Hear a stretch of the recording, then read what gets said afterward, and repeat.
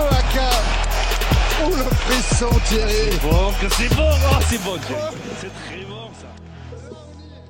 Bonjour et bienvenue pour l'after rugby de la Sports Management School. Je m'appelle Michael Tapiro, je suis le fondateur de l'école Sports Management School et j'ai le plaisir aujourd'hui, entre la demi-finale et la finale de la Coupe du Monde de rugby, d'avoir sur le plateau deux personnes qui connaissent bien le rugby. On va commencer par Jérémy Duval. Bonjour Jérémy. Bonjour Michael. Bonjour Jérémy, tu es cofondateur de Comme un poisson dans l'eau. Est-ce que tu peux nous dire ce qu'on fait à Comme un poisson dans l'eau ? Chez Comme un poisson dans l'eau production, on fait de la communication, de l'événementiel, de l'audiovisuel et du digital. Je suis associé avec Caroline Bocquet, l'ex-responsable com de la Ligue nationale de rugby.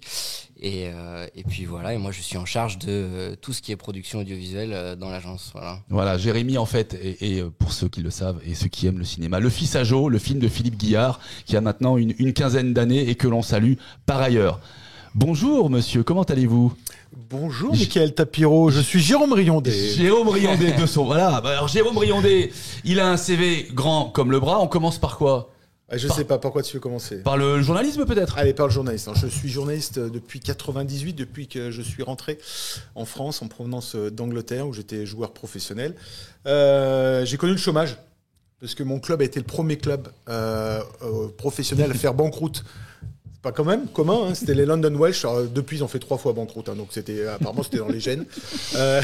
Donc je suis journaliste, je suis ancien joueur. J'ai eu la chance de porter le maillot français pour França, puis chez les jeunes aussi. Je suis aussi intervenant dans les écoles de commerce et notamment des business schools comme SMS.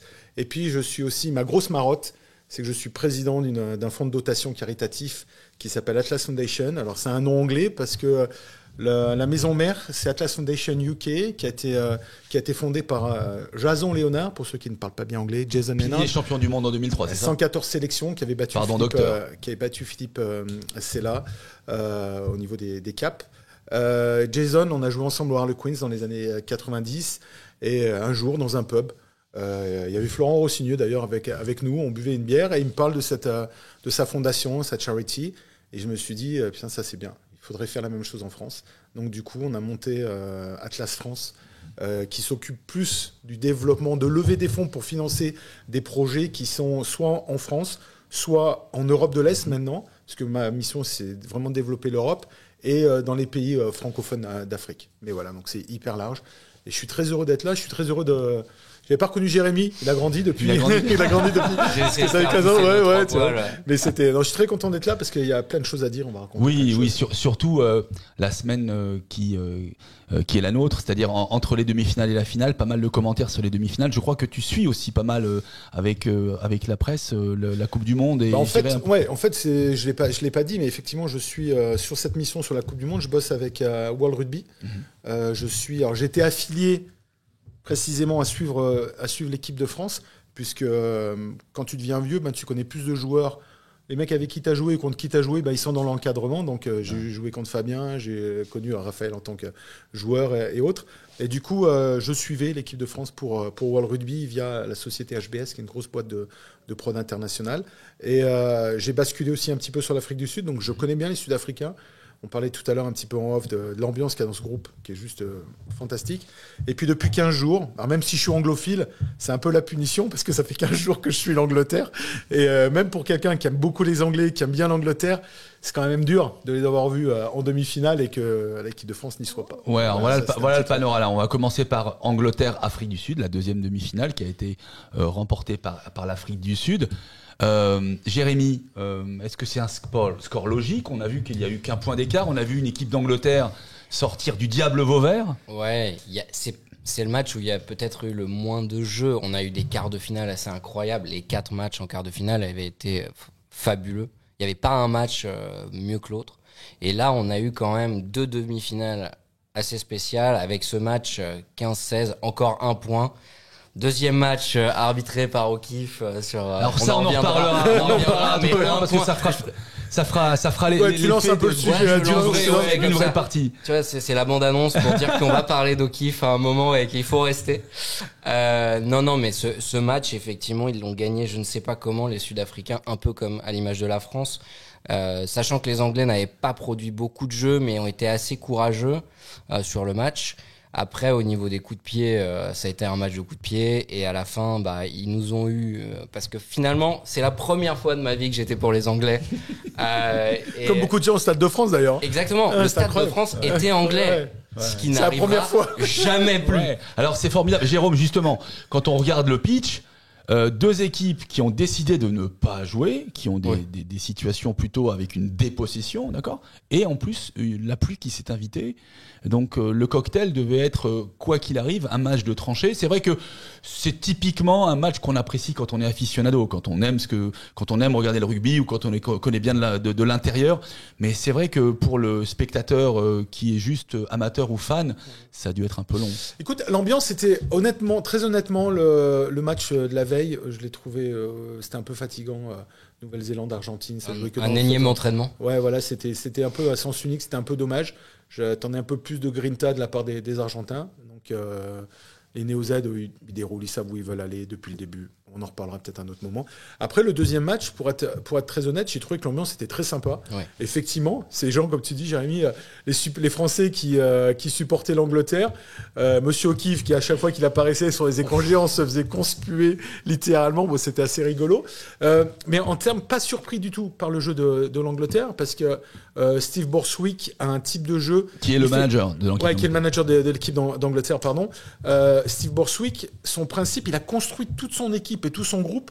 Si vous vous rappelez le film Le Stratège avec Brad Pitt, Parfaitement. c'est Money Game. En fait, il joue là-dessus. Il a pris des joueurs qui franchissent le plus. Il a pris des joueurs qui ont le plus de résultats en termes de percées. Il a pris des joueurs qui font le plus de plaquages. En fait, il s'est basé sur des statistiques. Il fait exactement la même chose.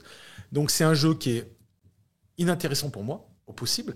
Cependant, je voulais voir l'Afrique du Sud gagner parce que je me suis dit que c'était quand même mieux de se faire battre par celui qui va se retrouver en finale que par les Anglais. Mais à la fois, honnêtement, j'avais mis un billet sur l'Angleterre. Alors, j'ai pas joué, mais on a fait des petits paris avec les confrères. Caroline avait mis un billet sur ouais, l'Angleterre ouais. aussi. Et moi, j'étais parti sur le fait que l'Angleterre allait l'emporter. Et en plus, Sur un match, ils étaient capables. exactement. Quand en plus tu sais qu'il y a la pluie, ça va niveler Évidemment. le niveau. Et là, tu dis l'Angleterre peut faire un truc. Ils sont un peu plus habitués à Ouais, la pluie. tout à fait. Mais c'est une réelle résurrection pour l'Angleterre. Non, Non, on parce peut que pas dire ça. ouais. On peut pas dire ça. Ils jouent On a pas, eu un ils jouent tableau pas. difficile. Eux, ils ont pas eu un tableau difficile. Il n'y a pas eu de grandes envolées. Si on reprend ce que. Enfin, ils ont quand même très mal commencé, quand même. Ils prennent une tôle contre l'Argentine. Mais non, ils gagnent contre 27-10. l'Argentine. Pardon, excusez-moi, ils gagnent contre l'Argentine. Ils sont Bien 14 contre entendu, 15, 14 bien contre 15. entendu. Et moi, j'espérais Ben autre chose. O'Keefe sort de ce corps, je dis n'importe Non, mais quoi. si on reprend les résultats de l'Angleterre, parce que je les ai sous les yeux, ils font que 34-10 contre le Japon. Ils font 71-0 contre le Chili, mais bon, voilà. Ouais. Et derrière, c'est 18-17 contre les Samoa. Donc on peut pas. Et contre les Fidji, c'est 30-24. Et ils méritent pas, ils méritent pas de gagner le match contre les Fidji. Les Fidji avaient eu un pied avaient des coups de pied, et avaient trouvé, je ne sais pas, un botteur Ils avaient pendant la la phase de possibilité groupe. Ah, il en a raté. Et là, il a tout raté. ouais. Il a tout raté là où il fallait gagner. Et les Anglais passent, on ne sait pas comment. Et derrière, ils font le match incroyable contre la. Bon, nous, on apprécie. C'est un peu l'équipe de France à la Coupe du Monde 2011. Exactement. L'équipe de France, si ma Ça mémoire m'a est carrément bonne, fait penser on à est ça. catastrophique en match de poule. On perd contre le Tonga. Voilà, on perd contre le Tonga, on se prend une tôle contre la Nouvelle-Zélande. On gagne le quart de finale contre l'Angleterre, justement, où là, on fait une première mi-temps notamment étincelante, ok.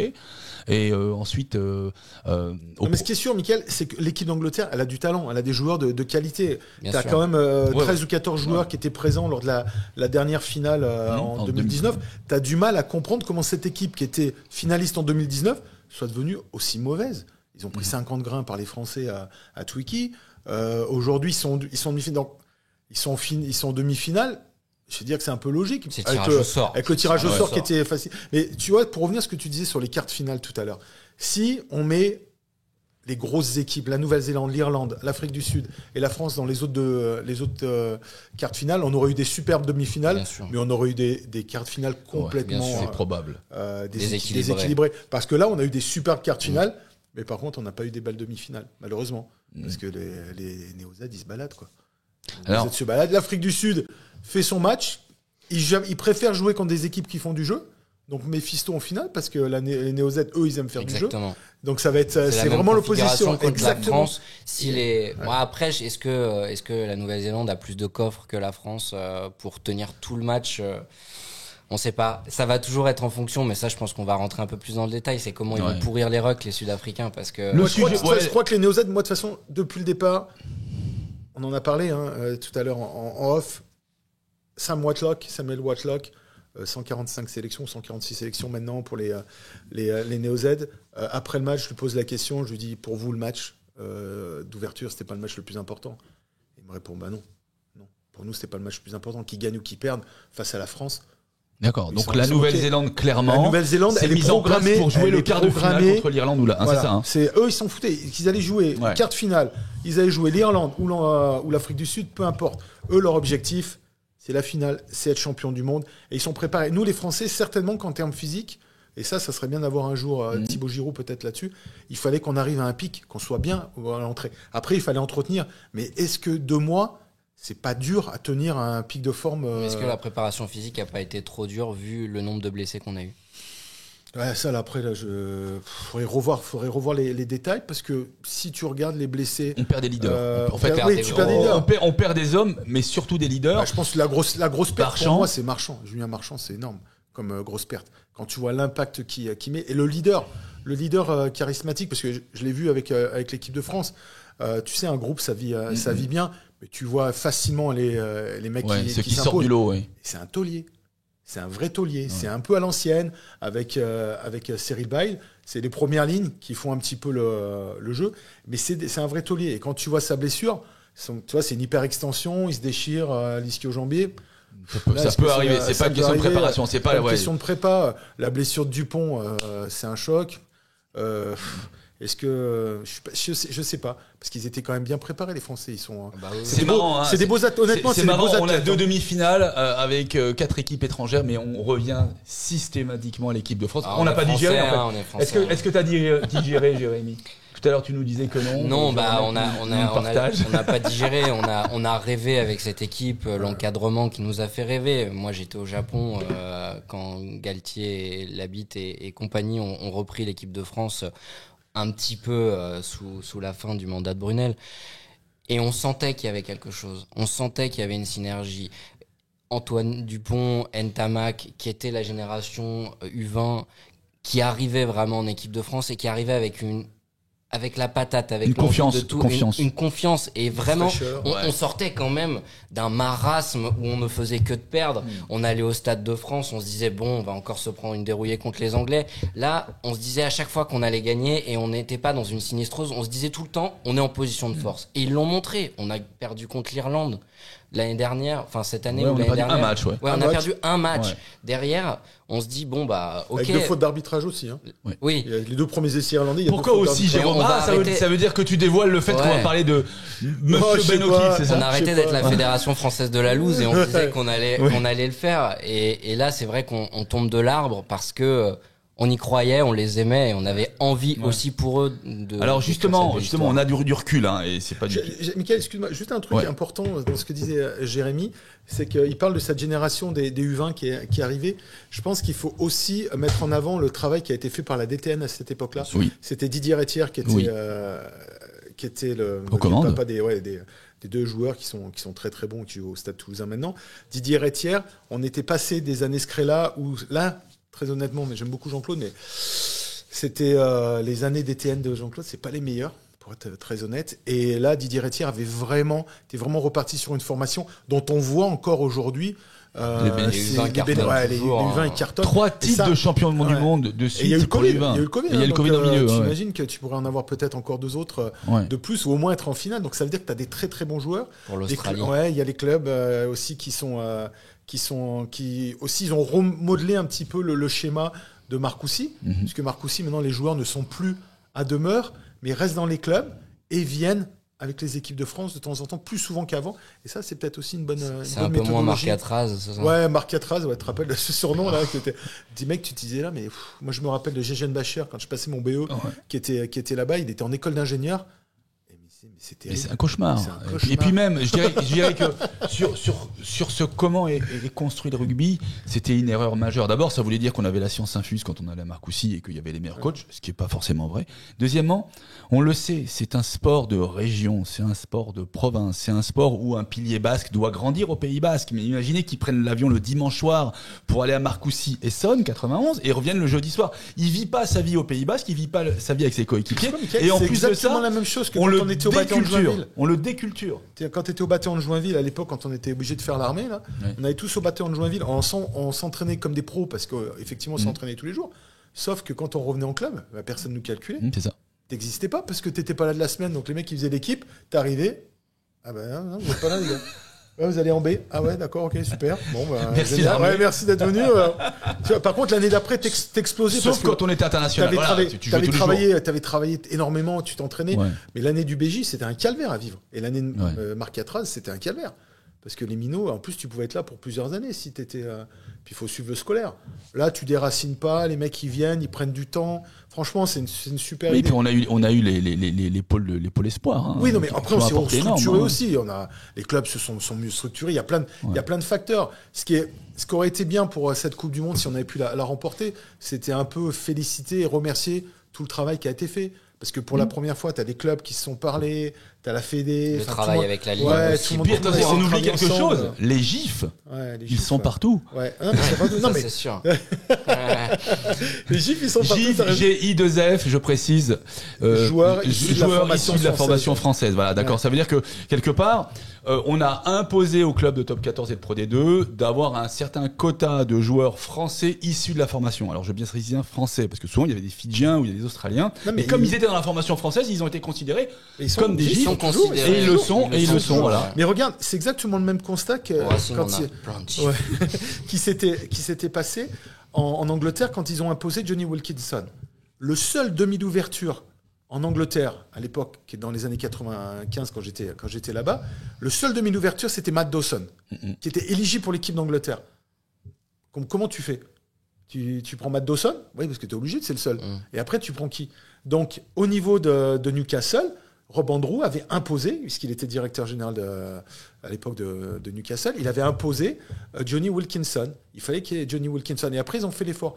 Bon, là, ils ont tiré le gros lot. Ils ont eu une pépite, mais parce qu'il fallait des joueurs anglais qui soient éligibles et puis à des postes importants. Ouais, Johnny Wilkinson, je précise, demi d'ouverture de l'équipe d'Angleterre, champion du monde en 2003, qui a commencé à 17 ans, c'est ça, avec un peu plus, l'équipe mais il a commencé. Ils l'ont mis d'abord à Newcastle et il était programmé pour être en équipe d'Angleterre. Donc c'est toujours une programmation. Mais ce qui est intéressant, c'est de voir que tu peux pas avoir dans ton championnat domestique des joueurs qui sont non français à des postes importants. Regarde aujourd'hui, on a des demi-mêlées, on n'a jamais eu autant de demi-mêlées de qualité. On a un extraterrestre qui s'appelle Dupont, mais derrière, c'est impressionnant. T'as des mecs et ils auraient 50 sélections.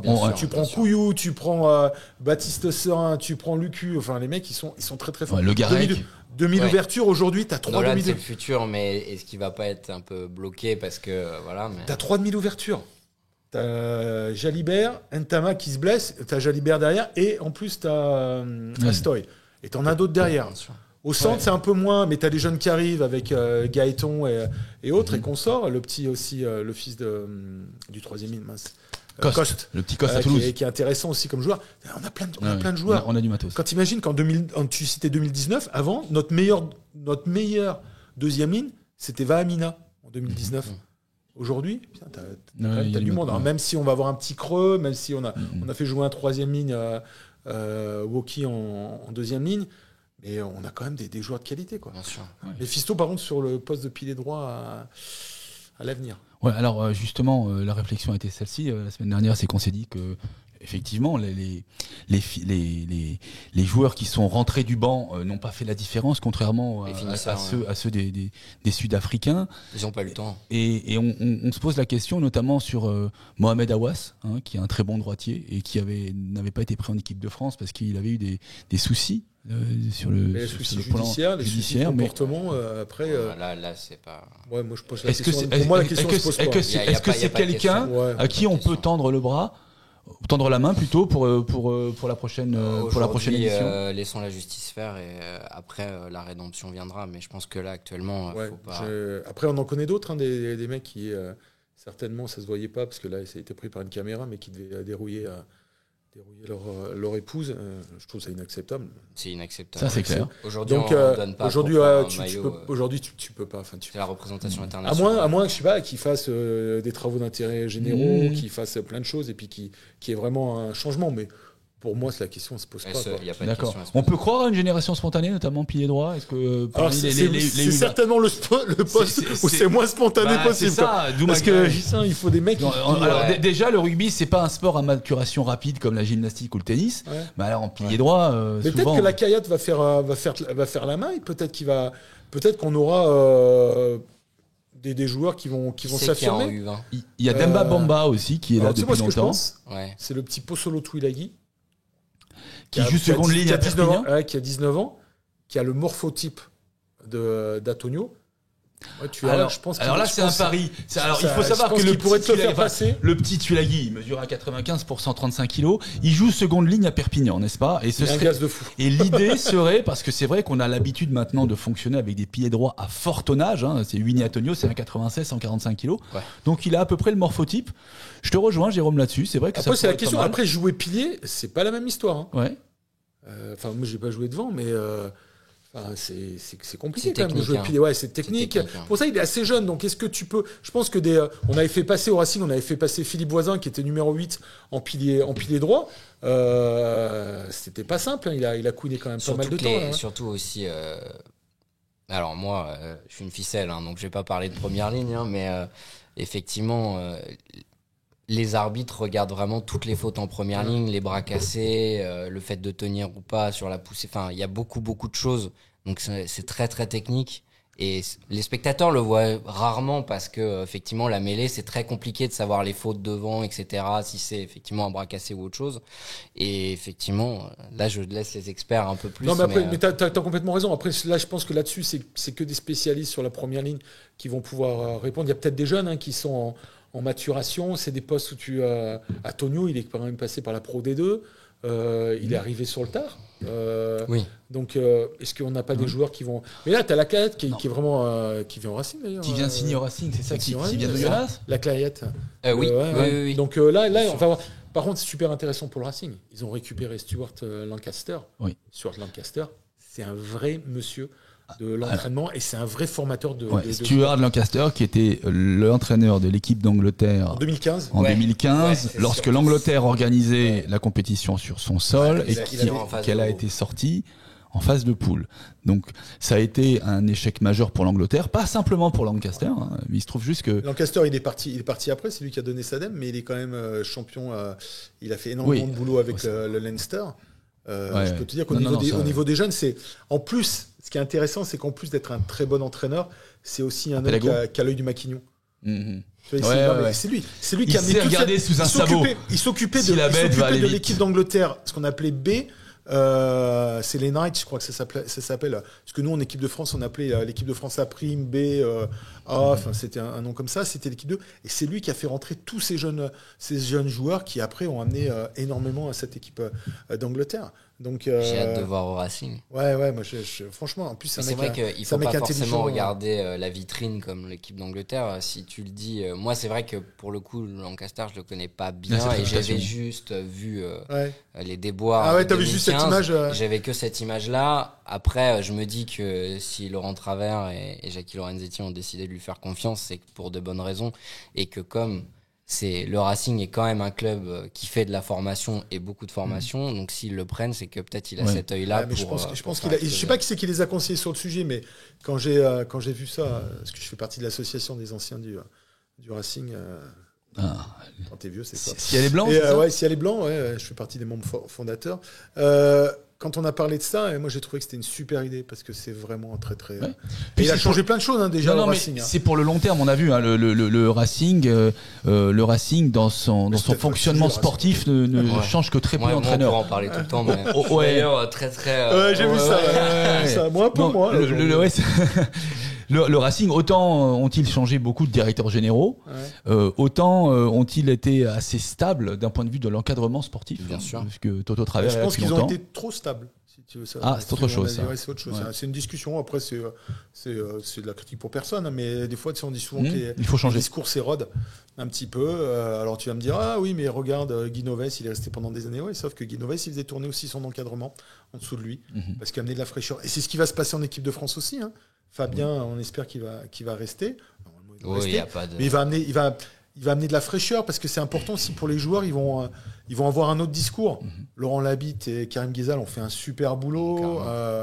On parlait du préparateur physique aussi. D'ailleurs, ils partent au stade. Thibaut français. Giroud. Ouais, Thibaut Giroud, ouais. Ils partent au stade français. Ouais. Français. Deux joueurs qui ont porté le maillot du Racing aussi. Tu vois, mais c'est intéressant parce que il faut que ça change. Tu gardes une ossature, mais au milieu de l'ossature, tu sais, comme dans les équipes de Formule 1 ou dans les équipes de moto, bah, tu changes d'ingénieur ou tu reviens avec ton ancien ingénieur. Il y a des choses qui vont arriver. Ça va être Maintenir la intéressant. même dynamique en mettant du renouveau. Ouais, c'est ça. Voilà. Mais c'est du management, ça.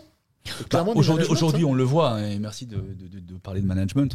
On le voit, alors peut-être un peu moins pour les All Blacks parce qu'on s'en est pas vraiment rendu compte, mais ils gardent ça assez jalousement, mais c'est très bien Quand joué. ils ont fait rentrer Joe Smith, Ian Foster, on en parlait tout à l'heure, il est en perdition. Ian Foster, tout le monde lui tape dessus.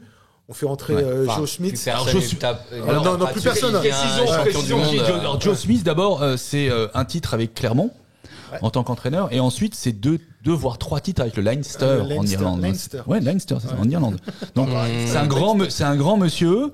Ceux qui gagnent tout le temps, quoi. Ouais, et après il était avec l'Irlande, parce que c'est lui qui a remis l'Irlande sur les rails. Alors Farrell a amené autre chose, Andy Farrell, mais c'est vrai que c'est un monsieur qui est très intéressant et qui a été très important dans la reconstruction, si on peut parler de ça, des All Blacks. Et là, alors, je précise, c'est un Néo-Zélandais, mais il a une carrière à l'international. Est-ce que justement, c'était pas intéressant pour les Néo-Zélandais d'avoir quelqu'un qui avait une vision différente et qui avait l'expérience internationale, de manière à pas avoir un raisonnement rugby consanguin?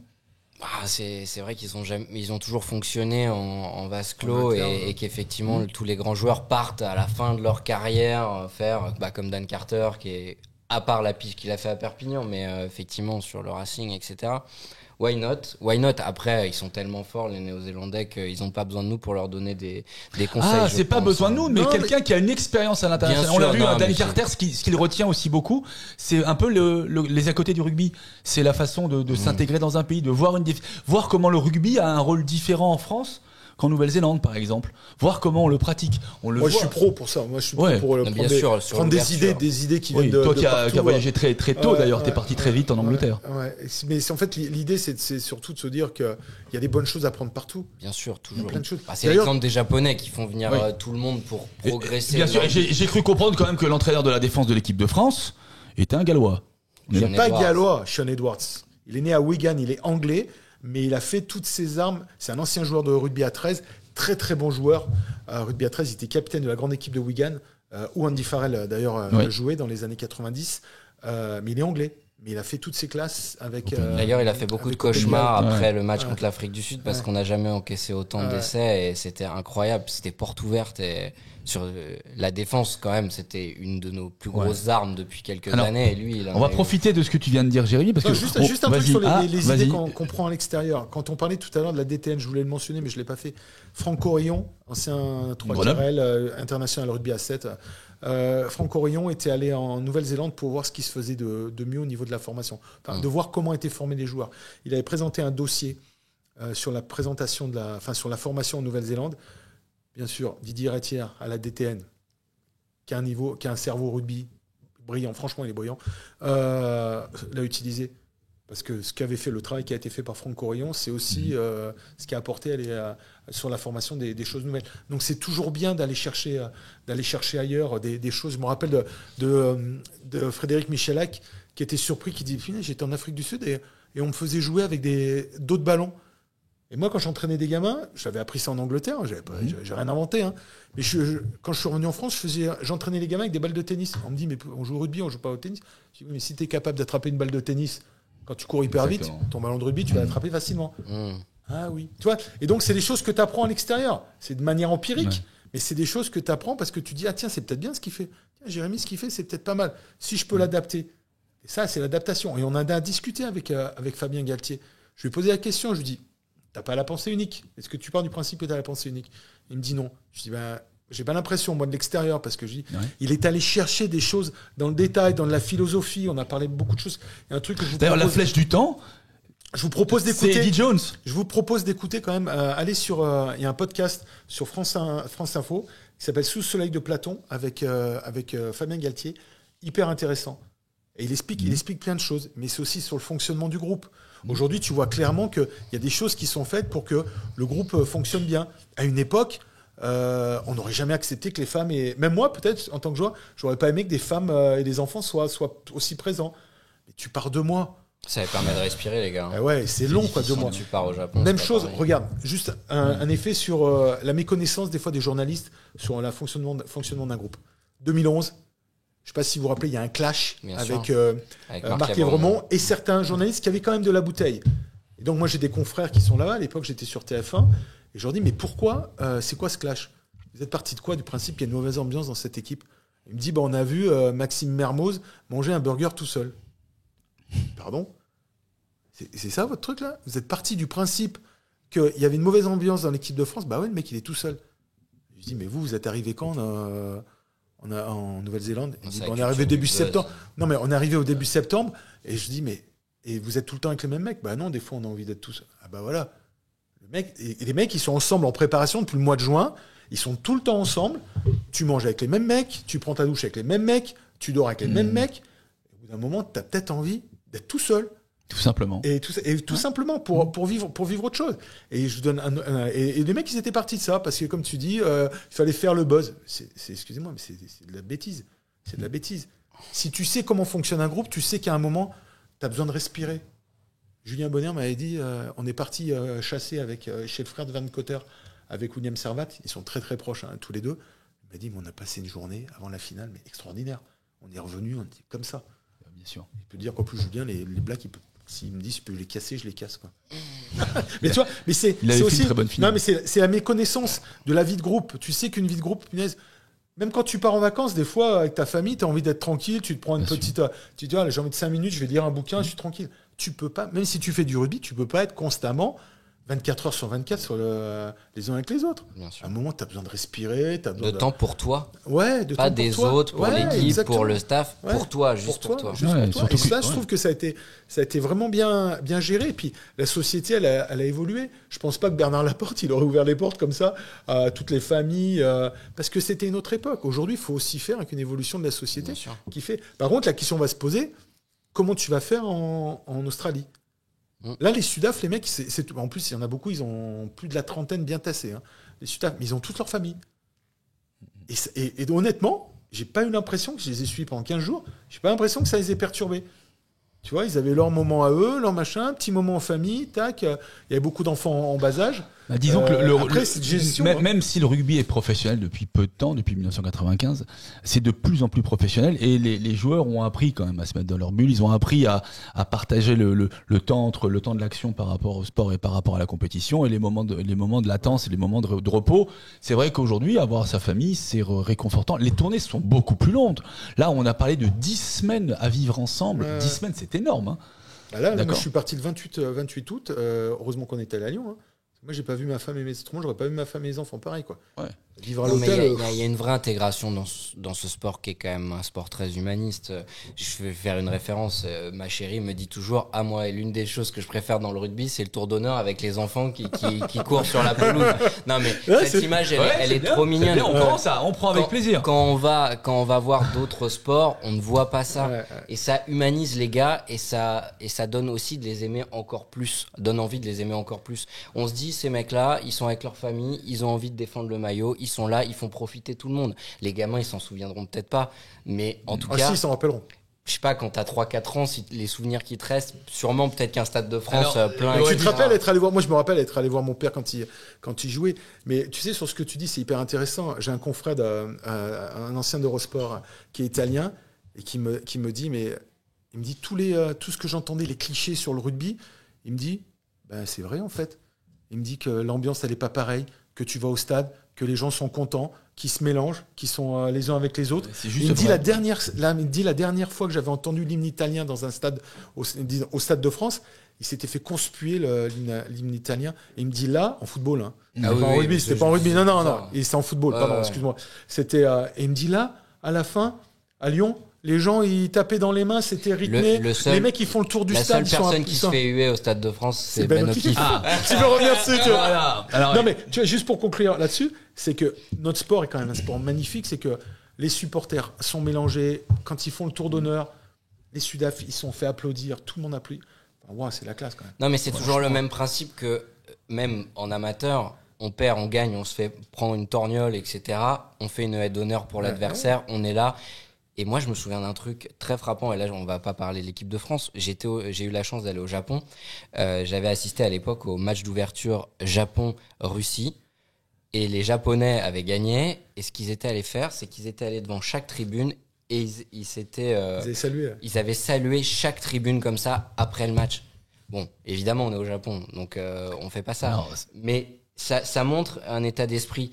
Et c'est le plus beau sport du monde. Hein. Je te rejoins. Non, mais tu sais, moi, j'ai écrit un post sur un truc en me disant que j'étais quand même super fier du comportement des joueurs, du comportement des spectateurs, parce que ça te fait aimer ton sport. Ça te fait aimer ton sport parce que tu te dis, ouais, c'est une superbe vitrine. Tu dis, les gens, quand je parle du rugby, tu sais, souvent on dit, ouais, c'est ton sport, c'est sûr que tu l'aimes. Mais c'est vrai, c'est que des poncifs, c'est que des clichés, c'est que des trucs comme ça. Oui, mais c'est vrai. Bah oui, Mais c'est vrai, c'est que tu peux t'en mettre plein la courge pendant 80 minutes et tu respectes ton adversaire. Et à la fin, je sais pas si vous avez vu Angleterre, j'allais dire France-Angleterre. Angleterre, Afrique du Sud, t'as l'euro qui disjoncte, il part et puis il se met comme ça un peu à narguer les Anglais et tout ça, et il s'accroche avec Owen Farrell, Oui. qui a un caractère un peu bouillonnant aussi. Puis à la fin, tu as d'autres images, hein, je les vois de loin, et ils vont, ils se serrent la main, ils font une accolade, quoi. Ben voilà, Bien sûr. c'est qu'à un moment tu disjonctes et puis à un moment tu reviens à la réalité. Ben voilà, c'est du sport, c'est que du sport. Même si ça fait mal, c'est bien parce que tu respectes ton adversaire. Et ce que j'ai trouvé aussi intéressant dans les résultats, c'est que moi on m'a toujours appris que si tu dois mettre 80 points à une équipe, il faut que tu les mettes. Bien Le sûr. respect de l'adversaire, c'est lui mettre ce qu'il doit prendre. Et ce que tu dois prendre des fois, hein, pas forcément, Bien moi, ça sûr. m'est jamais arrivé, mais heureusement. Mais j'ai toujours joué dans des bons clubs c'est pour ça. Mais non, mais c'est ça. Et j'ai trouvé que il y avait peu de matchs où tu voyais qu'il y avait un manque de respect de l'adversaire. Il n'y avait pas de manque de respect, mais au début, tu démarres un petit peu doucement, puis après, quand il faut mettre les points, tu mets les points, parce que c'est ça, c'est respecter l'adversaire. Et t'apprends. Et les équipes adverses, elles apprennent. Et je suis très content. Petite aparté, juste, Patrice Lagisquet a quitté le Portugal. le Portugal. C'est Sébastien Bertrand qui reprend, l'ancien arrière de Clermont, qui est un super formateur. Et je lui souhaite plein de bonnes choses à Seb parce que c'est un super mec. Ah, d'accord. Et il va apporter aussi énormément. Patrice avait fait un super job avec le Portugal, mais Seb, il va apporter. Il y a quelques semaines, le énormément, Portugal, ça avait été notre coup de cœur hein, sur ce plateau. On s'était régalé à les voir jouer, on s'était régalé à les voir agir. Hein. Même en dehors du stade, je trouve que ces joueurs qui sont parfois des joueurs de Pro D2, il y en a quelques-uns en top 14, mais la plupart jouent en France, donc ils jouaient un peu à la maison. On a adoré aussi le public portugais, qui a été extraordinaire. On n'a pas l'habitude de voir un public portugais au rugby. En général, Mais c'est ça qui est bien. le sport, c'est le football. Hein. Mais tu sais ce que tu vois aussi il y a le championnat Rugby Europe qui fait un championnat intéressant des clubs et l'ossature principale de l'équipe portugaise vient du club des Lusitanos au Portugal. Il fait et il joue très bien. Ils jouent un beau rugby et ça c'était la patte de Patrice, c'est clair. C'est surtout ça. Voilà. Ça joue bien, beau. ça joue bien au ballon. Ils prennent des risques. Ce sont des très bons joueurs à 7, les Portugais. Donc forcément, tu as des joueurs avec des pattes, des joueurs avec de la qualité. Ils avaient failli se pas se qualifier. Ouais. Heureusement qu'ils se sont qualifiés parce que je pense que là, eux, ça va leur donner un vrai coup de pouce. Ils ont un beau tournoi à 7 aussi à Lisbonne qui est hyper intéressant. Ça amenait beaucoup de fraîcheur. Ouais, c'est bien une sûr. nouvelle nation. On attend aussi l'Espagne. Hein. On en avait parlé la fois dernière. Ouais. Ça fait la deuxième fois que Pour la l'Espagne petite est anecdote, la sortie Coupe du sur Monde 2007, tapis la vert. Nouvelle-Zélande avait battu le Portugal par plus de 100 points. C'était à Gerland à l'époque. Et à la fin du match, les personnes le savent, parce qu'on avait moi à l'époque j'étais à TF1 aussi là, et on avait récupéré les images, j'avais laissé tourner les caméras, ils avaient fait un match de foot. Les All Blacks contre les Portugais. C'est Tu génial, te ça. demandes qui c'est qui a gagné. Ah, c'est génial. les Portugais qui Ah, avaient bah gagné. oui. C'est génial. Ils avaient fait un match de foot, c'était génial. Ouais. Moi, je pense que c'est marrant qu'on parle du Portugal parce que on parle beaucoup de cette Coupe du Monde sur le fait que peut-être que les petites nations se sont fait écraser. On n'a jamais vu la Roumanie se faire écraser autant. Voilà, il y a quand même des nations qui, moi historiquement, je connais le rugby depuis moins longtemps que vous, mais Parce que t'es plus jeune. voilà, mais il y a des tôles qui étaient genre à se dire, d'un point de vue extérieur, du Kidam va dire, mais c'est quoi ce sport où il y a une Coupe du Monde où en fait t'as 8 nations qui sont ok, 7, et après le reste ça sert à rien, ça sert juste à faire sparring partner. Et moi je suis pas d'accord parce que là en plus World Rugby pense à ouvrir la Coupe du Monde pour qu'il y ait 24 équipes, c'est ça, il me semble. Et je voudrais juste pousser la réflexion sur le fait que je trouve que c'est pas une mauvaise chose, même s'ils se prennent des tôles, parce qu'au moins ils ont la chance de jouer ces équipes-là. Parce que le reste de l'année, l'hémisphère sud et l'hémisphère nord se rencontrent peut-être sur la tournée d'automne, mais effectivement, les petites nations n'ont jamais la chance de rencontrer les grandes. Et peut-être qu'il faudrait que ça se fasse un peu plus sur les matchs amicaux, mais ce qui ne sera sûrement jamais le cas. Mais parce que déjà nous sur le 6 Nations, il n'y a pas de montée, il n'y a pas de descente, ça c'est un vrai problème. Ce mais qui ça pourrait être fait, un problème c'est économique. envoyer des équipes B. C'est t'envoies des équipes de jeunes. Ouais, T'envoies carrément. des équipes de jeunes comme ça se faisait à une époque. Ouais, ça serait super. Nous, ça. França, moi quand j'ai fait França, Mais c'est pas le cas on aujourd'hui. était parti. On a joué en Irlande, mais on est allé jouer. On a représenté la France en Roumanie. On a représenté la France en Russie. Quand je te parle de mon équipe B, c'était à l'ouverture, c'était Christophe Lamaison, deuxième ligne Fabien Pelouse, David Berti, tous des mecs qui après ont été France. Donc on avait des joueurs de qualité, mais c'est peut-être aussi une solution. Le Japon en 87, ils prennent 140 points contre les Blacks. Ouais. Mais c'est important. Par contre, il y a un point qui va être aussi important, et c'est pour ça que je dis qu'il faut peut-être jouer avec des joueurs peut-être plus jeunes. Parce qu'il y a la sécurité des joueurs. Bien sûr. Tu peux pas faire jouer aujourd'hui. Et je l'ai vu, les matchs des Blacks contre les Uruguayens. J'ai vu les Blacks à des moments, et notamment leur talonneur, j'ai perdu son nom, pas Dalton, mais l'autre. Je le voyais sur la défensive. Tu vois, il allait percuter sur un joueur et tu sentais qu'il s'est freiné. Non, il s'est freiné. Je pense qu'il avait peur de faire mal. Et je l'ai vu plusieurs fois dans les yeux des joueurs. Tu vois, ils avaient peur de faire mal à l'adversaire, ce qui Ça explique les a un peu. pas empêchés de mettre 73-0. Non, mais bien sûr. Il y a eu un précédent. Il y a eu dans Jérôme, l'attitude. en 95, il y a eu un match avec la Côte d'Ivoire et pour Max Brito. Max Brito qui a été qui tétraplégique. était tétraplégique, qui est décédé. Qui est décédé cette année. Donc ça, c'est ces choses où il faut aussi faire attention. Mais je pense que c'est une très très bonne analyse. Mais je pense qu'il faut mettre des joueurs qui peut-être en devenir. Toi, reprendre peut-être une France B pour qu'elle aille jouer face à ces équipes. Les joueurs, ça va les aguerrir.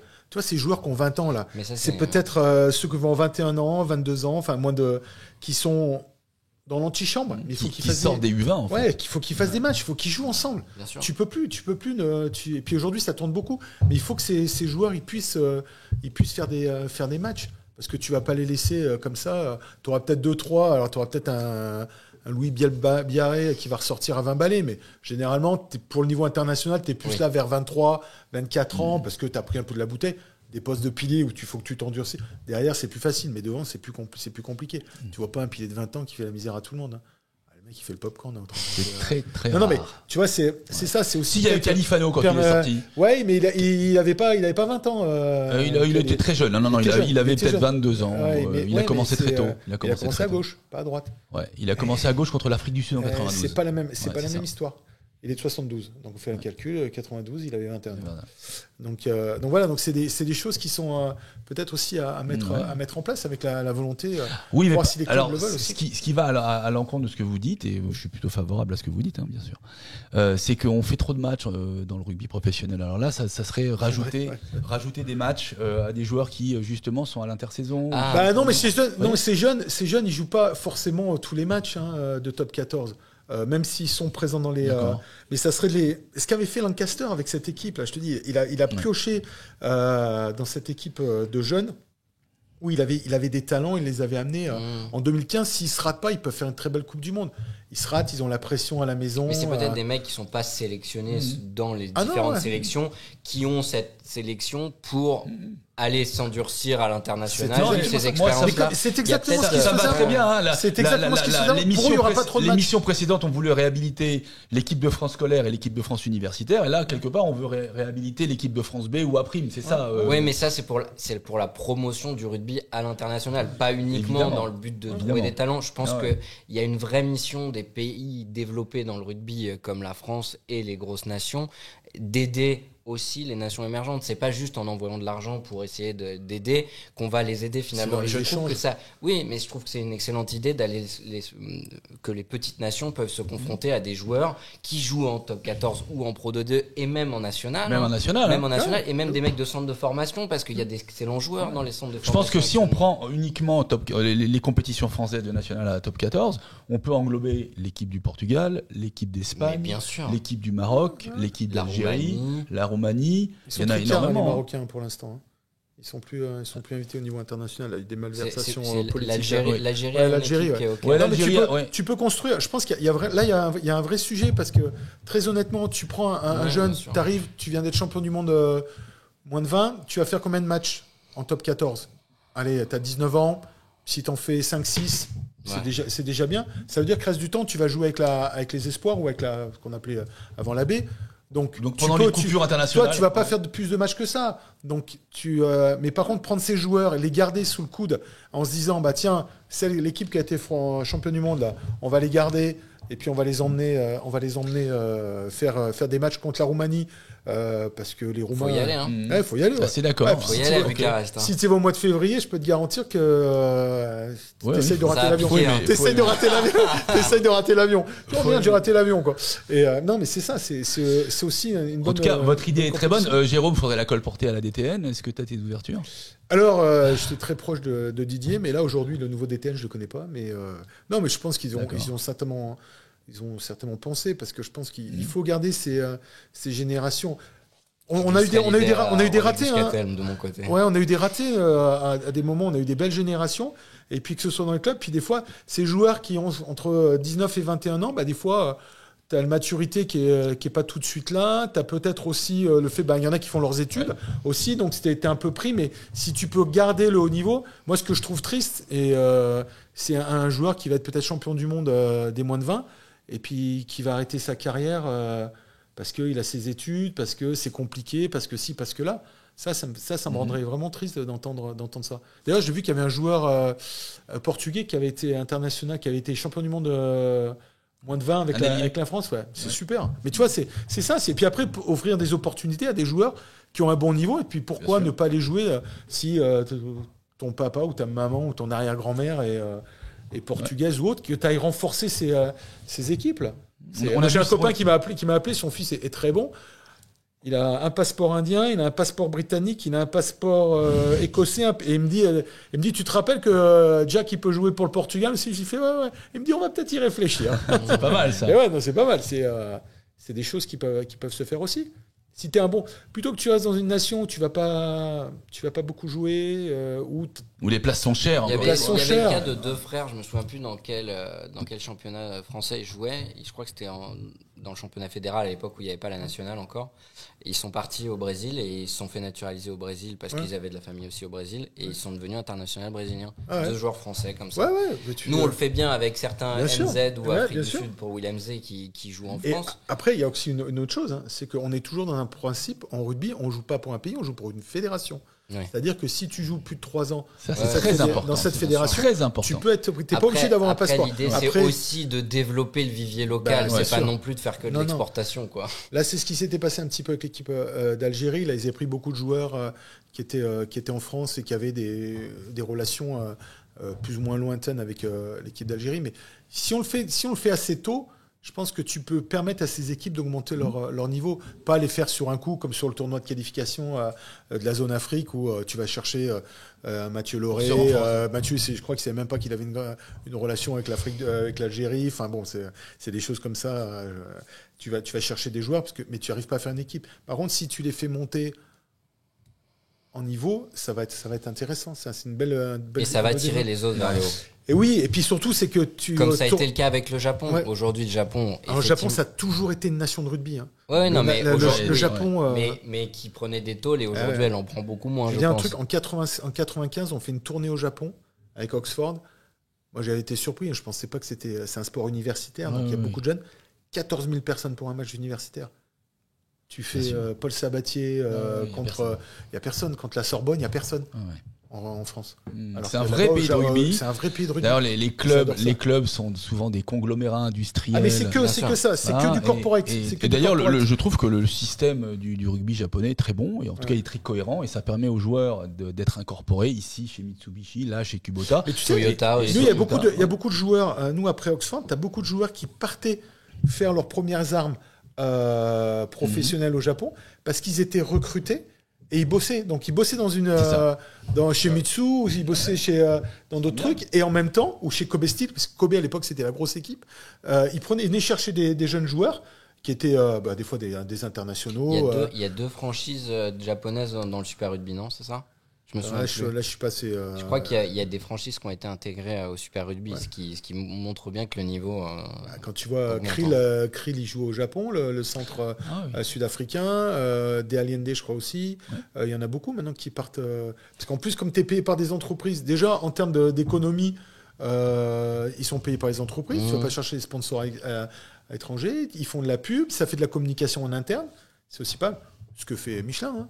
Bien sûr, ce qu'a toujours fait Michelin, et pas simplement dans le rugby, mais surtout surtout dans le rugby. Mais c'est pareil, c'est des sociétés qui s'attachent les services de très très bons joueurs. Donc on prend l'idée du développement global du rugby, parce que c'est vrai que le rugby a besoin de plus d'équipes compétitives de manière à ce qu'il n'y ait pas autant de disparités dans certains scores, etc. Ça, c'est gagné.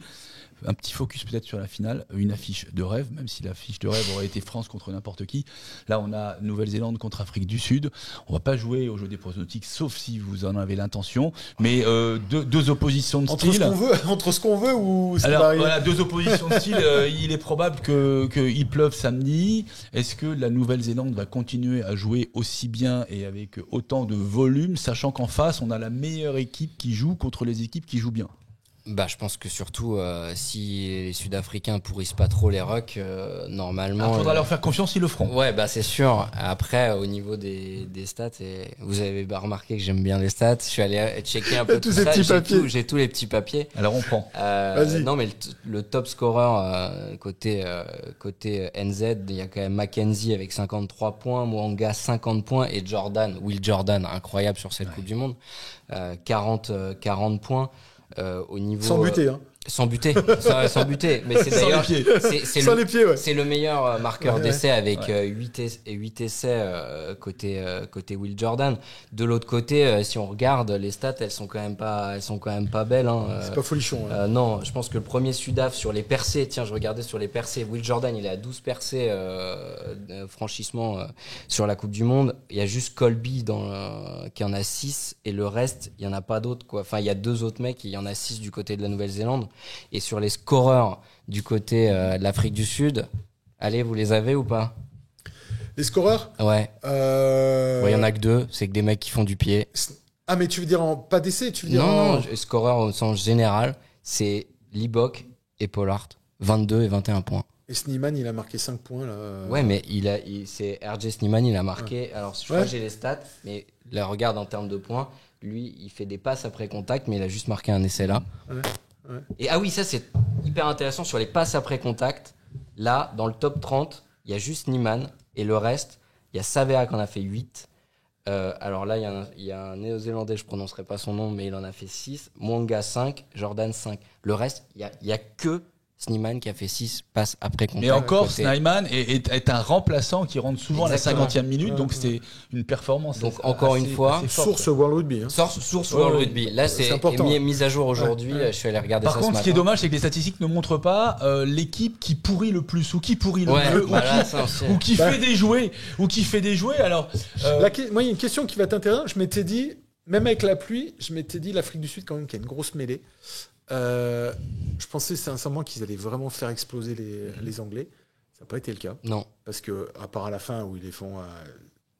Ça reste discutable, mais où ils les font exploser, ils n'ont pas vraiment. Et les pris Blacks ont une l'ascendant. grosse mêlée aussi. Hein. Ouais, mais ils étaient en souffrance contre l'équipe de France. Ils sont en train de se refaire la cerise. Ça va être intéressant. Si la mêlée néo-Z tient bien la route. C'est le talent d'Achille de l'équipe de Nouvelle-Zélande. Ouais, aujourd'hui, Parce mais qu'il souffre. Ouais. Un droitier en pied droit, il y a un blessé. De Grotte. Non, mais je crois qu'il y a un qui est revenu là. Oui, c'est vrai que l'Argentine n'est pas une référence et ils les ont quand même explosés. N'est plus une référence en mêlée, alors qu'avant, il l'était. Hein. Bah là, pour le match, Ouais, ça a ouais. été. Par contre, là, l'analyse que je faisais, c'est que la Nouvelle-Zélande, le seul match qu'ils ont perdu, c'est contre la France. Et la France a décidé de ne pas jouer dans son camp. De renvoyer tous les ballons. Dès qu'il y avait un ballon dans le camp français, les Français tapaient au pied et allaient jouer chez la Nouvelle-Zélande. C'est probablement le plan que va mettre en place Si l'Afrique les du Sud. Springboks font ça, ils ont peut-être moyen de le faire. Parce qu'aujourd'hui, la Nouvelle-Zélande, à chaque fois qu'ils sont dans le camp adverse, s'ils ne marquent pas un essai, ils sont cliniques, ils sont pragmatiques. Ils marquent au moins 3 points. Au moins 3 Ouais. points. Dans les zones de marque aux 5 mètres, même avant cette Coupe du Monde, hein, pour en discuter avec Philippe Saint-André, c'est l'équipe qui marque le plus. Mais bien sûr. Et elle était critiquée, là. Elle est critiquée depuis 3 ans. Mais il paraît que les records de points de la Nouvelle-Zélande contre les autres nations, c'est maintenant qu'ils les ont fait. Ouais. Alors que derrière, ils peuvent mettre une branlée à une équipe et derrière, ils peuvent perdre contre une autre. Mais ils marquent énormément de points. Donc, demain, pour l'Afrique du Sud, c'est d'essayer autant que faire se peut qu'ils marquent le moins de points possible parce que les Sudaf, ils en marquent pas non plus. Ils en ont marqué beaucoup contre des petites nations, mais contre les grosses nations, mis à part la France où c'était porte ouverte au niveau des chandelles, etc. Alors justement, je me permets un insert là-dessus. Dans tes stats, là, t'as Ouais. le nombre de pénalités qu'a marqué Mwanga. Je te dirais des bêtises. Parce que Mwanga, il a fait beaucoup de transformations. Il a un très bon Non, ratio. là, je les ai pas. Mais ils n'ont pas beaucoup tenté beaucoup de pénalités. Non. Dimanche, s'il pleut, samedi, s'il pleut. Ouais, c'est vrai. Mais Après, les t'as bien. Sudaf non plus. Hein. Ouais, Ouais, non, mais c'est attends, ils ont Mwanga, ils ont Mackenzie qui peut buter, mais ils ont aussi Jordi Barrett. Oui. Regarde, dès le Et début Boden du Barrett, match, qui peut regarde. Boden est moins régulier quand même. Dès le début du match, l'Afrique du Sud, contre les Anglais, ça a failli leur porter préjudice. Ils ont commencé à jouer les touches dès le début du match et à plusieurs moments, ils auraient pu prendre les points et ils ont fait les touches, ils ont perdu les ballons. Les Anglais, ils ont coffré, ils ont avancé sur leur petit coup de pied là, sans jamais trop pouvoir avancer et être en position de drop. Parce que moi, je voudrais juste revenir sur ça et avoir votre avis là-dessus. C'est qu'aujourd'hui, le drop est absent du rugby à 15 actuellement. Et Sauf pour les Anglais. Sauf pour les Anglais. Et les Moi, Sud-Africains. j'adore le drop. Je trouve que c'est le plus beau. C'est un geste le plus beau magnifique. geste, Et aujourd'hui, technique. il y en a eu 3 contre l'Argentine. Ouais. Alors que au début de cette Coupe du Monde, quand on a eu Angleterre-Argentine, on s'est dit tiens, c'est bizarre ce match. Les Argentins et les Anglais, ça joue égal. Bam, 3 drops et les Argentins ils ont eu la tête dans le seau et c'est d'ailleurs l'arme qui va être pour cette 3e place, c'est les drops. C'est les drops et je pense que parce que franchement dans le jeu entre l'Angleterre et l'Argentine est montée en volume durant cette Coupe du Monde et ils ont fait l'essuie-glace contre la Nouvelle-Zélande sauf que la Nouvelle-Zélande c'était barrière puis personne ne passe. Sauf que là ce qui va être le cas, c'est que ça va être un petit coup de pied, ça va être un duel Boffelli contre Farrell ou Ford, et on va voir ce qui va se passer. Sauf que je suis pas sûr que les Argentins tapent des drops. À une époque, ils ont tapé, mais c'est vrai qu'on l'utilise pas. On n'utilise pas souvent le drop, et je trouve que des fois c'est dommage pour effectivement concrétiser une action positive. Mais bien sûr. Moi, j'adorais le drop. Non, mais le drop fait gagner en Coupe du Monde. Finale 95, Joël Stransky, c'est un drop. Ouais. 2003, finale 2003, c'est Wilkinson. Et il met un drop du droit alors qu'il est gaucher. Et De Beer, je crois que c'est en... De Beer, il met 5 drops contre l'Angleterre en 99 en France. C'est en demi ou c'est en quart. C'est en quart. C'est en quart. Non, c'est pas en quart, parce qu'ils sont champions du monde et ils jouent la France. Non, en 99. Non. C'est en 99. Non, à Paris. Mais oui, à Paris. Mais c'est en. Mais il y avait un quart de finale à Paris. Ah, c'était 99. Ouais. Angleterre, Afrique du Sud, 5 drops de De Beer. Petite question, quiz, comme ça. Vous savez quelle est la différence entre un beau drop et un vilain drop? Il y a celui qui passe et Pour celui moi, qui passe pas. Exactement. Un beau drop, il fait 3 points. C'est exactement. Il peut être dégueulasse. S'il passe au milieu des poteaux. Jérôme, je parle sous ton contrôle. Souvent, on est très très fiers des drops absolument pourris qu'on a fait et qu'on a marqué. Parce que c'est ceux dont on ça fait des points. Mais c'est extraordinaire. Ça fait 3 points. C'est extraordinaire. Ça fait 3 points. J'avais un confrère, un copain là. On joue, à l'époque, j'avais fini ma carrière au métro et je mets un drop dégueulasse. Et l'autre, il me dit, dégueulasse ton drop. Et j'ai fait, ouais, mais il fait 3 points. Mais exactement. Ouais, dégueulasse, mais il fait 3 points. Donc, je peux t'en mettre un super beau. Si je passe pas au milieu des perches, il te fait pas 3 points. Ouais. Ouais, il était dégueulasse, il était parti. Alors on va rester au jeu au pied. Je vais revenir sur ce que tu as dit, Jérémy. Il y a un point qui est vraiment très important, c'est que contre l'équipe de France, l'Afrique du Sud a trouvé le talon d'Achille de l'équipe de France. Ça se situe entre les 50 et les 40, avec une sorte d'open under un peu tordu au début. On s'est dit, tiens, l'Ibok a vrillé. Mais en fait, ils avaient visé une partie du terrain spécifique et ils avaient concentré un amas de joueurs sud-africains pour mettre la pression sur les Français. Ils ont trouvé notre talon d'Achille. Il se trouve que ça a marqué 2 fois pour eux. Bien sûr. On peut dire que c'est une erreur de défense ou on peut dire qu'on n'est pas bon sous les chandelles, mais moi je trouve Non, c'est que pas le cas normalement. c'est la dynamique de l'Afrique du Sud et surtout de son manager génial, Rassi Erasmus, d'avoir décelé le trou et d'avoir incité dessus. Alors là, qu'est-ce qu'il va nous faire contre la Nouvelle-Zélande ? Bah, il va trouver quelque chose. Alors, est-ce que le banc, parce que vous savez qu'il y a une grande théorie sur le banc, au début, ils ont commencé avec 7 avant, Non, ils 3 le quarts. feront plus. Est-ce qu'ils vont revenir à quoi Mais non, 6-2, la preuve en est, 5-3 regarde, la preuve en est, s'ils l'avaient fait, ils n'auraient pas pu faire entrer Pollard. C'est Pollard qui score. Ils avaient peut-être pas les joueurs qui voulaient au départ. Ils ont pris la solution de mettre Kobus Reinhardt, qui est très bon. Très bon, très rapide. Et ils font rentrer De Klerk. De Klerk, c'est aussi, qui est un piment. De Klerk, quand il rentre, De Klerk, là tu y es grand, dynamise le jeu. Il est surexcité. Mais c'est fou. Et c'est aussi peut-être, c'est une stratégie, c'est d'utiliser à la manière d'un Galtier ces joueurs peut-être dans leur meilleure forme ou leur meilleure option de jeu.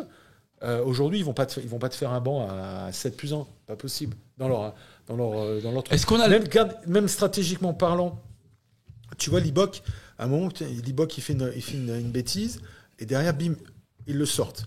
30e minute. Willem C, ouais, 31e, ouais. Willem C, bim, il fait une connerie, tac, ils le sortent. Je me suis dit, Rassi, là, pas cool, parce que t'as Jack Nieber qui s'occupe du rugby, mais ouais, c'est celui qui décide, qui est le directeur du rugby, c'est quand même Rassi, qui décide un petit peu de tout. Je me permets de l'appeler Rassi parce que j'ai la chance de le connaître et c'est un copain. Du coup, quand tu vois ça, c'est savoir comment ils fonctionnent. Ouais. Et donc, en plus, ils ont dans leur équipe, ce qui est assez rigolo, quand tu discutes avec eux, il n'y a pas d'ego. Tu vois, il n'y a pas, comme ça peut être dans certains sports, là, il n'y a vraiment pas d'ego. Les mecs, ils disent, de toute façon, c'est sûrement leur force. Ouais, si on gagne, on est là. On gagnera tous ensemble. On sera là tous ensemble. Mais ce qui est sûr, quand tu vois le travail qu'ils font, en plus, alors des fois, Rassi, il n'est pas super cool avec les arbitres et autres, mais ils analysent. On ne devrait pas être hyper cool avec les arbitres. Ils analysent. Mais je pense que peut-être que, comme l'avait fait l'entraîneur de l'équipe de Nouvelle-Zélande en 99, quand la France les bat en quart de finale à Cardiff, il avait présenté toutes les erreurs d'arbitrage qui avaient fait que son équipe avait été battue par l'équipe de France. Et du coup, il avait été reconduit, parce qu'il leur a dit, attendez, vous me dites que j'ai perdu, donc, mais regardez, j'ai perdu, pourquoi ? Faute là, et c'était Barnes qui était à l'époque l'arbitre, qui arbitrera certainement la finale. Je sais pas si ça a été encore Alors on parle du quart de finale 2007. Ouais, 2007, ouais. Au Pays de Galles. Au Pays de Galles. Et du coup, il avait montré tous ces détails. Et du coup, 2007, c'était Graham Henry. C'était Graham Henry. Ouais, c'était Graham Henry qui est champion du monde en 2011. Ouais, qui est un immense entraîneur. Ouais. Et du coup, il avait gardé sa place pour 2011 grâce à ça. Et il y avait notamment eu un en avant notoire entre Michalak et Josion. Et en fait, c'est peut-être là-dessus, Erasmus, il aime bien jouer avec ça, montrer qu'il y a des erreurs. Il envoie des trucs à World Rugby, il fait des choses comme ça. Et peut-être que donc le meilleur joueur sud-africain, c'est Rassi Erasmus en fait. Mais en tout cas, je sais pas si vous avez vu oui, Chasing the Sun. Ouais, Chasing the ouais, c'est une série qui passe sur Canal+ et qui est extraordinaire sur l'épopée des Sud-Africains qui ont été champions du monde en 2019. Mais on voit l'épopée à partir de 2018 où Rassi Erasmus prend l'équipe. L'équipe est en capilotade. Ils perdent contre l'Italie. Ils sont vraiment à la ramasse. Il les récupère. Quelques mois avant quoi. Il arrive à tisser un lien extraordinaire entre les hommes et c'est ce qu'on se disait juste avant de prendre l'antenne, c'est que s'il y a une équipe qui vit bien, c'est bien l'Afrique du Sud. On le voit. Les Dozan, ils vivent bien aussi, je crois. Oui, mais t'as vu, en plus au niveau du groupe, je trouve que c'était super. Taléa qui fait une ânerie, qui rentre cramé en fait, qui est rentré trop tard, qui a passé couvre-feu et qui avait picolé. Ils le sortent. Allez. Hop. Après, tu reviens, tu as fait ton mea culpa, tu as été Pas de sanctionné, sentiment, bim, c'est tu bien. reviens. Non, c'est bien, Et le mec, il rentre, les oreilles baissées. Mais il y a la tac, règle, tac, il y a tac. la règle. Non, mais il y a la règle, c'est super. Mais c'est des vies de groupe. Et même, je peux te dire que l'équipe de France, tu sentais vraiment que ça vivait bien aussi. Les mecs, ils étaient heureux. Ouais, il le disait, c'était Ouais, une ambiance de club. Fabien, ce qu'il disait, moi j'ai bien aimé, il le dit dans son podcast là, dont je vous parlais, là, Sous le soleil de Platon. Il dit, j'ai jamais vu une équipe de France qui s'aimait autant. Et je trouve que c'est beau comme formule, parce que c'est vrai que tu as besoin d'avoir de l'amour dans une équipe. T'as besoin si tu veux aller te viander ensemble, il faut que les mecs, tu les aimes. Hein, parce que tu as besoin d'amour dans la défaite. Beaucoup, ouais. Et là, on va voir, ça va être intéressant de voir. Je pense, honnêtement, je te disais, Mick, je pense que je suis quelque part, parce que là, on m'a dit que j'étais dans l'acceptation de la défaite de l'équipe de France. Bah oui.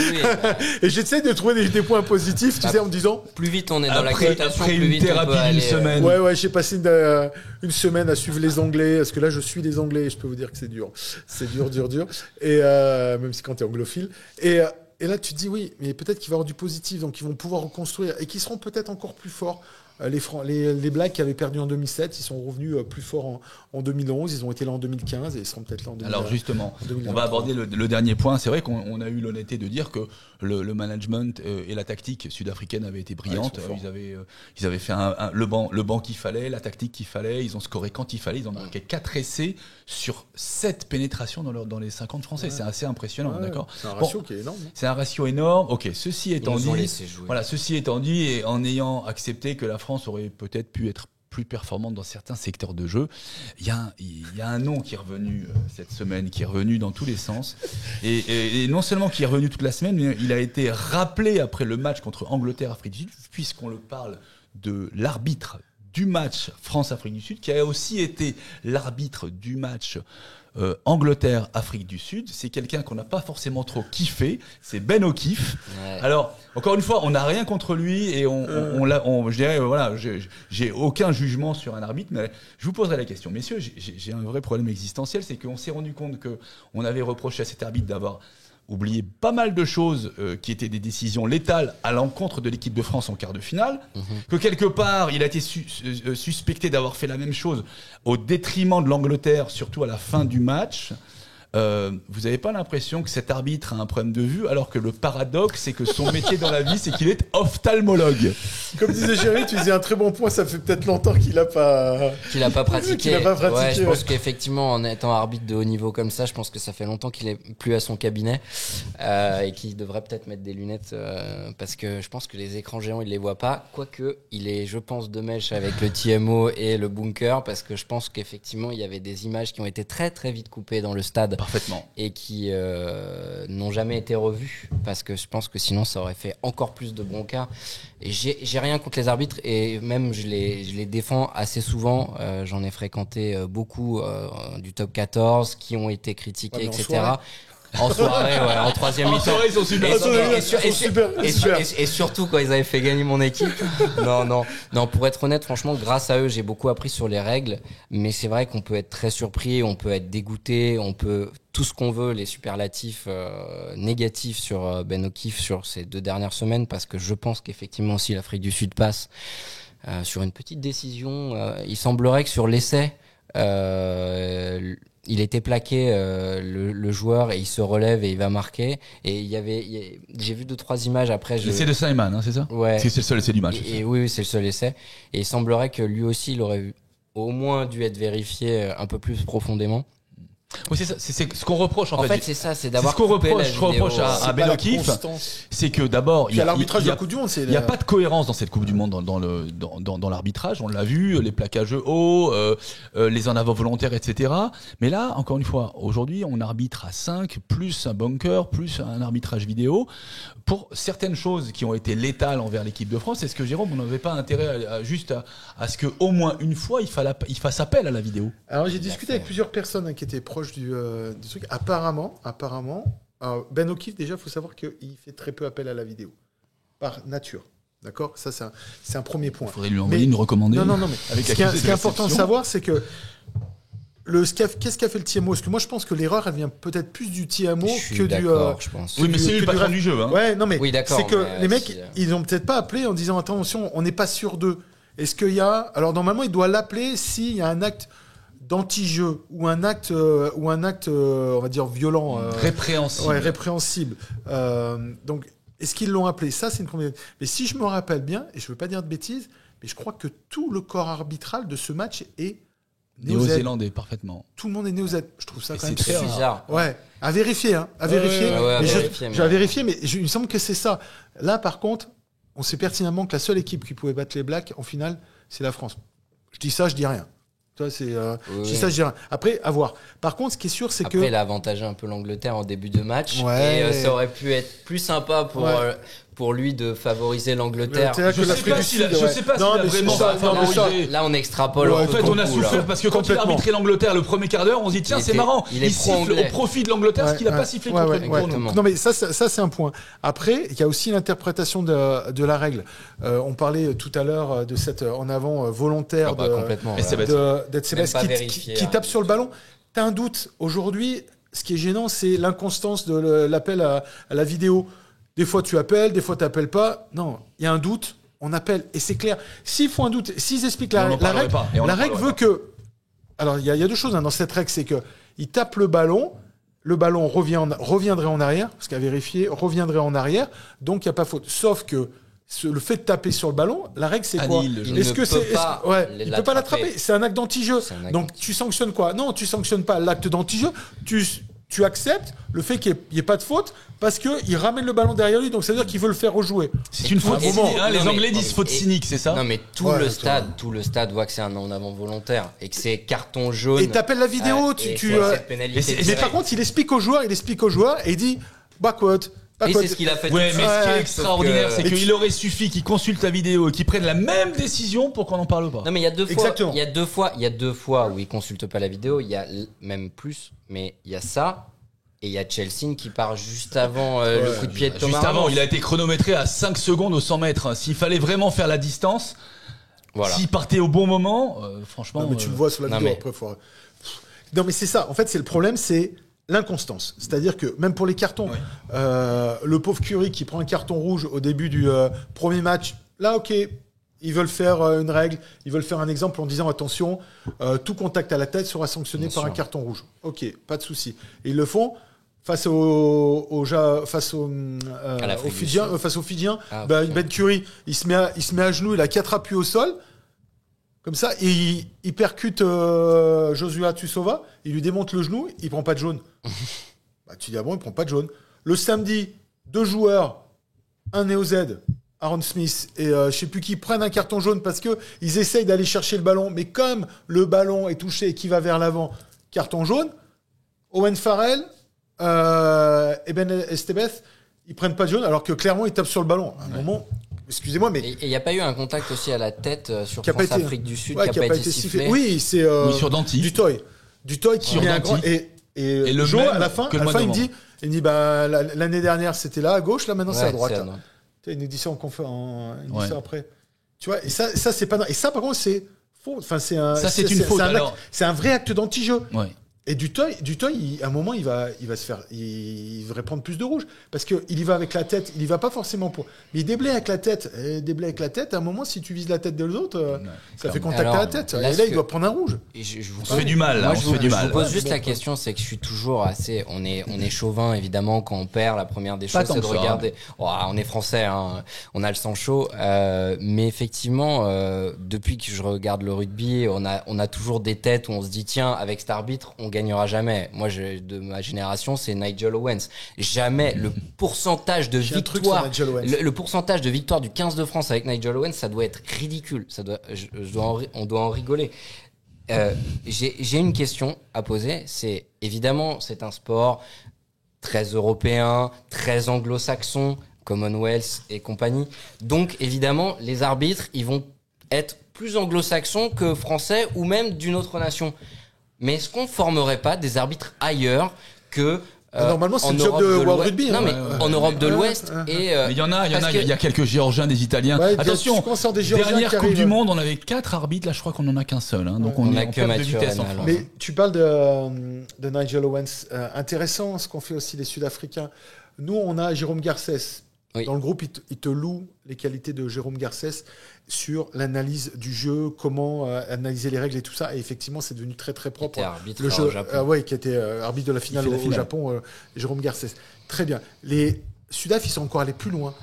Ils ont pris Nigel Owens pour qu'il leur explique comment sont tous les arbitres. Qu'est-ce qu'ils aiment pas. En fait, il a fait un dépistage. Non mais, C'est très bien vu. Erasmus, Du coup, il est toujours là. lui. très bien vu, hein. Et en fait, il a bossé avec Nigel. Ils ont bossé avec Nigel Owens. C'est Monsieur Tapiro. Il aime ça. Il aime pas que tu lui parles comme ça, que tu lui attrapes de le la bras ou folie. des trucs comme ça. Ils sont allés dans le détail. Et ça a peut-être marché. un reproche oui, que tu complètement. potentiellement que tu peux faire peut-être à Antoine Dupont, c'est peut-être ou peut-être il y a une zone à travailler. C'est moi honnêtement, je trouve dommage que les joueurs français parlent pas anglais. Parce que s'ils parlaient anglais, ça faciliterait. Alors, il semblerait ça que Ben faciliterait- O'Keefe parle très bien français. non Ouais, mais. Non Mais Ouais. justement, Erasmus a interdit à Ben O'Keefe de parler en français. Non, mais je plaisante pas. Il a interdit à l'arbitre de parler français pendant le match. Ils en ont parlé. Et comment il Avant. peut faire ça? Comment tu peux interdire à l'arbitre de parler français? En tout cas, il l'a sommé de rester à parler anglais pour tout le monde. Et c'est passé. C'est Ouais, passé. c'est pas normal ça.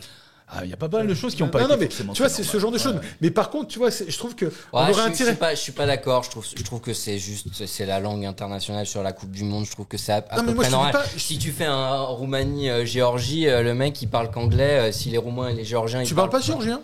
Ah bah bon non.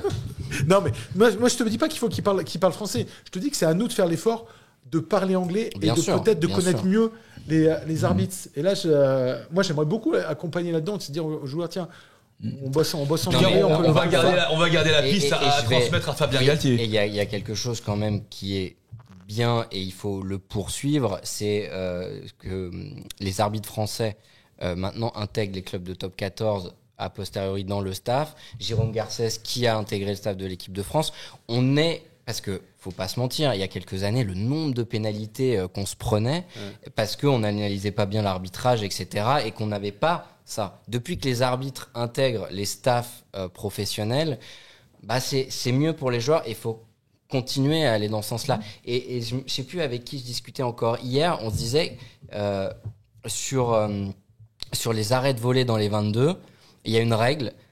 Et là d'ailleurs c'est les Sud-Africains qui l'ont pris ou je sais plus qui a On peut pris ça. faire une mêlée après. On peut faire une mêlée après. Ouais. Mais je pense qu'il y a beaucoup de gens qui ont découvert Parce que c'est ça. un bras cassé? Oui. Bah C'est ouais. un bras cassé, Mais on donc a le tu droit. peux choisir une mêlée. Et il y en a beaucoup qui sont Ouais. tombés. Alors peut-être Ouais, que ouais. moi je suis trop Non, amateur non, pour on ça, peut, mais on peut. Alors ben justement, parce que là, il peut-être le temps de conclure. Moi, j'aimerais bien faire un dernier focus sur la confiance que les Sud-Africains ont en eux-mêmes. C'est-à-dire que pendant la demi et le quart de finale, pour effectivement un marque dans leur 22, Alors, on va le mettre. mais ils grave. ont décidé sans coup férir de faire 2 mêlées. Donc un lancement de jeu qui peut être casse-gueule, hein, parce qu'une mêlée peut s'écrouler, il Ouais, peut y bien avoir sûr. une Ils peuvent domination, prendre une etc. pénalité. Et ils l'ont fait sans aucun problème, sachant que s'ils prenaient une pénalité, 22 en face, c'est fini. C'était pour eux. fini. c'était Donc, fini. on a une équipe d'Afrique du Sud avec une énorme confiance en elle, une confiance aussi en ses moyens. Quand je dis moyens, c'est aussi les moyens du manager Rassi Erasmus, de Jack Ninaber, et du fait qu'ils sont, comme tu le disais tout à l'heure, Jérémy, en mission. En mission pour leur pays. C'est vrai que ça revient souvent au goût du jour. Hein. Le pays est pauvre, le pays, il y a des fusillades, etc. Donc on se bat pour plus de 60 Ah ouais, je vais te millions dire de autre chose personnes, que ce que etc. j'ai dit tout à l'heure. Je dis qu'ils vont pas gagner les Sudaf Alors, parce qu'ils gagnent tous les 12 ans. Ils ont gagné 95, ils ont gagné 2007, ils ont voilà, gagné 2019. Donc là, exactement. c'est Voilà, pour les ça, néo-Z. c'est l'analyse de Jérôme. C'est vrai que les Sud-Africains gagnent tous les 12 ans. Donc a priori, c'est la Nouvelle-Zélande qui passe. Pour toi, Jérémy? Moi, c'est la Nouvelle-Zélande aussi. Hein. D'accord. Parce que je pense que l'arbitrage dans les zones de rock va être scruté et que je pense que là, ils peuvent pas. Et c'est 2 fois de suite. C'est un peu chaud. Et Donc c'est- là, même World Rugby va devoir Ouais. s'en faire Ouais. une Mais- mission et- de et- regarder bien les zones de rock. Et sur l'arbitrage, Sur et je l'analyse, ferai ouais. un mauvais esprit, une fois n'est pas coutume, c'est que comme la vont Nouvelle-Zélande est gagner en 20 points. finale, comme Ben O'Keefe, l'arbitre du quart et du demi, est néo-zélandais, on est sûr qu'il n'arbitrera pas la finale. Donc, a priori, je suis assez d'accord avec Jérémy, avec le déroulement de la finale. En tout cas, grande chance que ce soit Barnes, hein. Barnes, qui est l'arbitre anglais, Ouais, c'est ça. l'arbitre anglais, Ou sinon, qui est très bon. si les Sudaf gagnent, ils gagneront d'1 point. Ouais. Bon, en tout cas, on a hâte. Ça serait fou quand même. hein. Ouais, on a hâte. Quart demi-finale d'un point, ça serait. Ouais, de voir se dérouler toute cette semaine avec les informations, peut-être l'intox de la part d'Erasmus jusqu'au match de samedi. Qu'est-ce qui va nous sortir Erasmus, parce que sur les quarts, il a sorti un truc, sur les demi, il a sorti encore un truc. Qu'est-ce qu'il va nous sortir, Racine ? Ça va être bien. Sincèrement, j'aimerais bien être une petite souris et être dans le casier des Sudaf pour savoir ce qu'ils vont faire. Quand tu les vois, là, ils ont tout le temps la banane. Ouais, mais c'est attention, là, ce qu'on vient de dire sur les coachs, c'est une force dissuasive. Ouais. Les Néo-Zélandais se posent la question et c'est pas vain parce que quand on change son demi d'ouverture à la 30e minute, quand on change son arrière à la 40e, ça va très très vite et quelque part c'était planifié.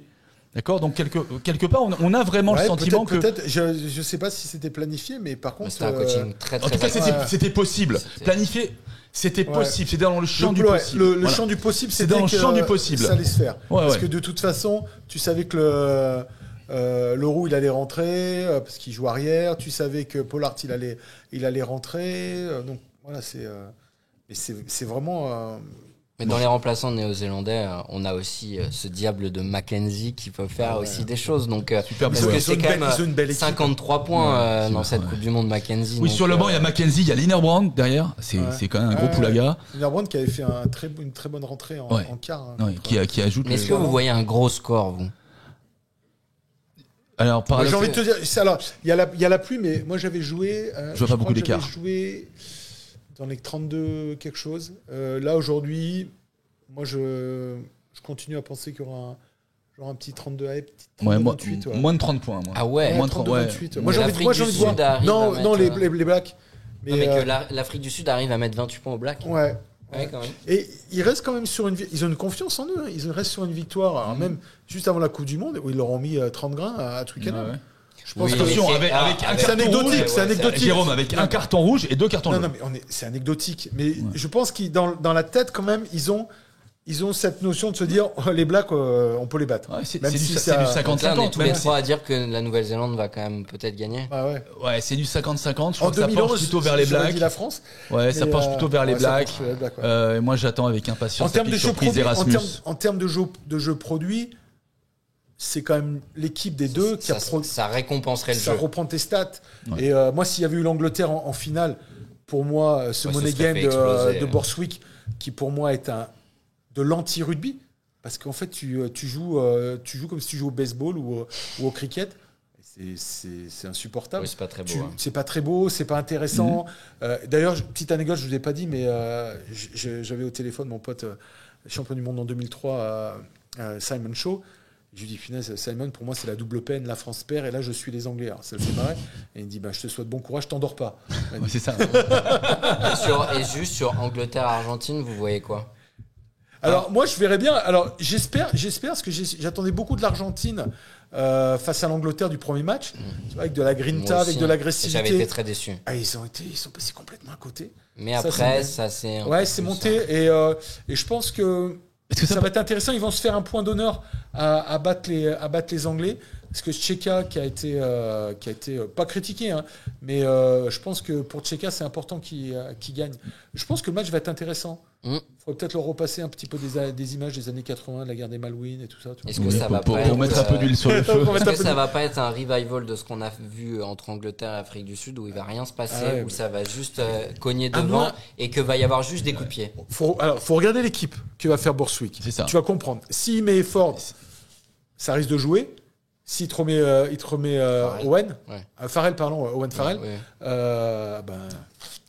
bis repetita, ça va être guerre tranchée, bim bam boum, à droite, à gauche, en haut, rasant. Et ça va jouer sur un drop. Ça va jouer sur un drop peut-être.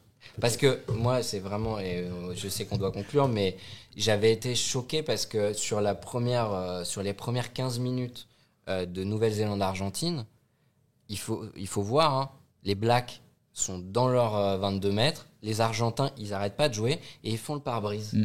Et en fait, mais rien ne passe. Jamais rien ne passera. Ah oui, et les mecs, les Argentins, c'était scolaire, c'était boum, on fait 3 petits tas, allez, on écarte. Ils ont fait l'essuie-glace tout le temps. Et ils ont fait l'essuie-glace tout le temps. Et il n'y a jamais eu un moment où la défense néo-zélandaise a été mise à mal. Et on se disait, rien ne passe. Et les Argentins, jamais ils ont tapé un coup de pied. Ils ont quand même des bons botteurs. Ça y va. Et jamais dans leur psychologie, ils se disent, bon, ça fait quand même 10 minutes qu'on est là, on prend rien. À un moment, on va prendre. Et ils ont pris, je crois, une pénalité ou deux. La première. Voilà, la première. exactement. Ils ont mené 3-0. Mais à un moment, c'est de se dire, on passe jamais, mais il faut qu'on mette les points à un moment. Ça... Quand Danny Kerr marque son dernier essai, là, qui donne le large aux Anglais face aux Fidjiens, quand tu regardes Danny Kerr, à un moment, derrière la mêlée, on n'en a pas vu beaucoup de drops derrière la mêlée en matchs internationaux. Là, il n'y en a pas eu dans la compétition. Mais je le vois. Et pour l'avoir vu en championnat pendant 4 années, je vois. Et là, je sens qu'il est parti pour faire un drop. Il se dit, tiens, je vais peut-être tenter un drop juste derrière la mêlée. Et là, il prend le ballon, et là, il voit que la porte s'ouvre. Bah oui, donc il part à Dieu. Et là, en fait, c'est aussi parce que je pense qu'il donne aussi l'impression à l'adversaire. Il y a la possibilité de... Je vais te faire un drop. Le mec, il monte sur l'extérieur. Et là, sur les 10 premiers mètres, c'est un joueur qui a des Bien battes. sûr, quand on met un 10 dans l'axe, forcément, il va y avoir des joueurs qui vont aller en pressing et qui vont les mais là, je vois, c'est son mouvement. De la place. Tu sens que lui, il peut faire le drop aussi derrière la mêlée. Et peut-être qu'on aura un drop derrière une mêlée, un Faf de Clerc, qui tape des deux pieds aussi. Faf de Clerc. Ce diable de Faf de Clerc. Ouais, les paris sont ouverts. Merci beaucoup. Merci, c'était ça. Merci de cet échange. Bah, écoutez, ça a été un plaisir. Merci Jérémy. On change de maillot. Mais on va se le faire, heureusement. J'ai un vestiaire dans le studio. Je vais pouvoir le mettre et moi j'ai un pyjama. Merci Jérôme, ça a été un plaisir d'avoir à la fois débriefé les demi-finales et de s'être projeté sur cette finale que nous attendons tous avec impatience. En tout cas, on a parlé d'avenir aussi. Il a amené des choses intéressantes. Il y a eu les idées sur le rugby international. Il y a eu les idées aussi sur le groupe et le management. On a eu une belle Coupe du Monde en France, même si l'équipe de France n'est pas allée, parce que je sais que c'était un point que tu voulais dire. Les retombées économiques ne sont pas celles espérées, mais elles sont positives. Et on a eu quand même des stades pleins. Il y avait 78 000 personnes sur les deux demi-finales. C'est un succès, malgré tout. J'ai posé la question à plein de joueurs que j'ai rencontrés lors des interviews pour World Rugby. Et à chaque fois, les mecs me disent, mais c'est super. Si à Colissi, il me dit... c'était génial. Et puis il me fait, vous nous ressemblez un petit peu, les Français, vous aimez bien la viande et le vin rouge. Donc il dit, je lui dis, t'es content? Si à Colissi, je vais venir jouer au Racing, c'est ça? Au Racing, mais ses enfants sont déjà à l'école. Et il me dit, l'autre jour, je les ai accompagnés à l'école. Parce qu'il avait une journée off. Donc il est allé accompagner ses enfants à l'école. C'est génial. Mais tous les mecs te disent que la Coupe du Monde en France, ils sont super surpris. Enfin, pas surpris, mais ils sont très heureux d'avoir fait cette Coupe du Monde. On a dit partout où on est allé, quand on était à Marseille, quand on était à Aix-en-Provence, tous les gens sont contents, les gens sont gentils. Et ce qui ressort aussi, c'est intéressant, c'est de te dire que waouh, ton pays, il sait recevoir aussi. Ça, c'est important. On est prêt pour les Jeux. On est prêt pour les Jeux. Ouais. Souhaitons-le en tout cas. Quand on aura fini les travaux. Ah oui. C'est pas demain la veille. Non, c'est pas demain. Encore merci les garçons. Merci. C'est fini pour aujourd'hui. Merci beaucoup à toutes et à tous de nous avoir suivis. On se retrouve pour une prochaine édition de l'After Rugby, cette fois-ci dans un débrief de la finale. Et pour l'avenir, on essaiera de parler de l'équipe de France jusqu'à la prochaine Coupe du Monde qui aura lieu en Australie en 2027. Voilà, merci beaucoup. À bientôt pour de nouvelles aventures.